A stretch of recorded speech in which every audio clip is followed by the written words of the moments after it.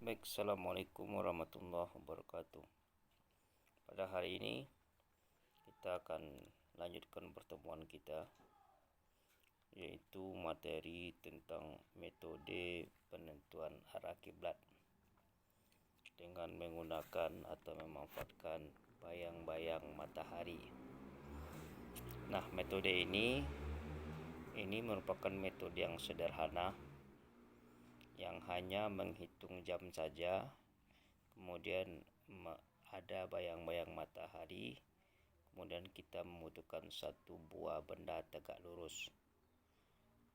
Kalau kita sudah mendapatkan waktu terjadi bayang-bayang Ka'bah atau kiblat, maka kita hanya menegakkan tongkat tersebut, lalu kita amati bayang-bayang benda tersebut dengan jam yang sudah dihitung setiap terjadi bayang-bayang kiblat. Maka metode ini itu terjadi hanya 1 menit dalam setiap hari. Nah, bayang-bayang kiblat atau dalam fikihnya disebut rosdul kiblat itu ada 2 macam. Ada rosdul kiblat global, itu secara mendunia, atau ada itu yang kedua rosdul kiblat lokal atau bayang-bayang kiblat lokal atau yang terjadi setiap hari di masing-masing daerah dan itu berbeda waktunya. Nah, untuk rosdul kiblat global atau bayang-bayang kiblat secara global itu 2 kali setahun. Pertama tanggal 27-28 Mei kalau jamnya di kita Indonesia kan itu 16.28. Kemudian satu lagi tanggal 15 dan 16 Juni. Itu jamnya 16 hampir sama 16.30 juga. Nah, kemudian tentu tidak mungkin kita menunggu dari 2 waktu tersebut karena hanya 2 kali dalam 1 tahun. Sedangkan untuk arah kiblat ini kita butuh setiap melaksanakan sholat. Maka bisa kita menggunakan metode penentuan arah kiblat dengan bayang-bayang kiblat dengan syarat dan ketentuan yang sudah kita sampaikan di awal tadi. Nah, untuk menghitung atau mendapatkan waktu terjadi bayang-bayang kiblat di suatu daerah itu kita membutuhkan ada 7 langkah. Tetap menggunakan kalkulator saintifik. Kemudian nanti kita butuh namanya data epimeris. Itu data astronomi yang terdiri dari data bulan dan matahari. Nanti akan saya bagikan datanya di file atau di share di grup. Untuk menentukan atau dalam langkah-langkah menentukan menghitung bayang-bayang kiblat, seperti yang saya sampaikan ada 7 atau 8 langkah atau tahapan. Nah, yang pertama tentu arah kiblat daerah bersangkutan.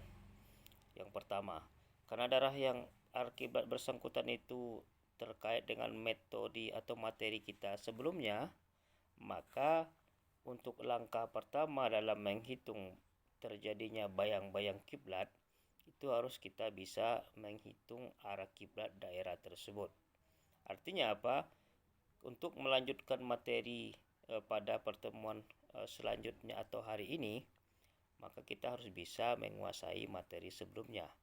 Makanya saya bilang ada kaitannya lanjutannya dengan materi-materi yang sudah kita sampaikan, khususnya menghitung arah kiblat. Jadi mau tidak mau kita harus bisa menghitung arah kiblat dengan menggunakan rumus yang sederhana sehingga kita bisa melakukan atau melanjutkan dengan materi bayang-bayang kiblat. Kemudian yang kedua, ada kita melihat data apparent declination matahari pada jam 1, kemudian di tanggal yang kita inginkan. Kemudian yang ketiga, sin P, sin lintang tempat. Kemudian 4, tan arah kiblat. Yang kelima, rumusnya mencari K. K itu rumusnya 1 dibagi sin P dikali sin P dibagi tan arah kiblat. Sin lintang tempat dibagi tan arah kiblat. Itu dapat hasilnya K. Kemudian langkah ke-6 itu mencari C. Rumusnya cos K. K itu hasil nomor 5 dibagi tan lintang tempat. Kemudian itu hasilnya berupa C. Untuk nomor 7 itu kita mencari T namanya. T itu rumusnya K ditambah sef cos dalam kurung C dikali tan dex. Dex itu data nomor 1. Kemudian yang ke-8 yang terakhir, BS dikurang BN ditambah T dibagi 15 ditambah 12 dikurang E. Kalau BS itu bujur standar ada 3, karena pembagian waktu kita Indonesia itu ada 3. Kalau BS itu ada 3, waktu Indonesia bagian barat, waktu Indonesia bagian tengah, waktu Indonesia bagian timur. Untuk BS waktu bagian Indonesia bagian barat itu 105 derajat. Untuk waktu Indonesia bagian tengah itu BS-nya 120 derajat. Untuk waktu Indonesia bagian timur itu BS-nya 135 derajat. Kemudian BN itu tergantung daerah masing-masing bujur negeri. Kemudian bagi 15 ditambah 12 dikurang E. E itu adalah equation of time. Nanti ada pada data epimeris di bagian data matahari bagian kanan. Itu kita melihat data nomor 5. Itu kira-kira untuk pengantar dulu dengan materi metode penentuan arah kiblat menggunakan bayang-bayang kiblat yang kita hanya menghitung waktunya saja. Kemudian jam kita harus akur.